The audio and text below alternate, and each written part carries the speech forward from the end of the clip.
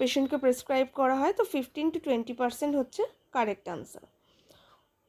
Next question, which of the following is a poly unsaturated fatty acids? Poly unsaturated, যার মধ্যে পলি অর্থাৎ অনেকগুলো double bond থাকবে।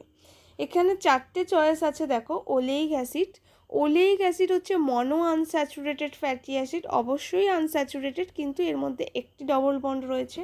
এছাড়া যে 3টি দেওয়া রয়েছে omega-3, linoleic and arachidonic, they all are poly unsaturated fatty acids. So যেটার মধ্যে তোমরা টিক করবে সেটাই কারেক্ট।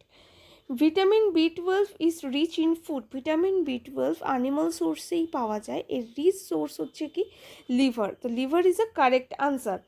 এর পরের যে কোয়েশ্চেন্সগুলো রয়েছে সেগুলো আমি পিডিএফের সঙ্গে ডিসকাস করব।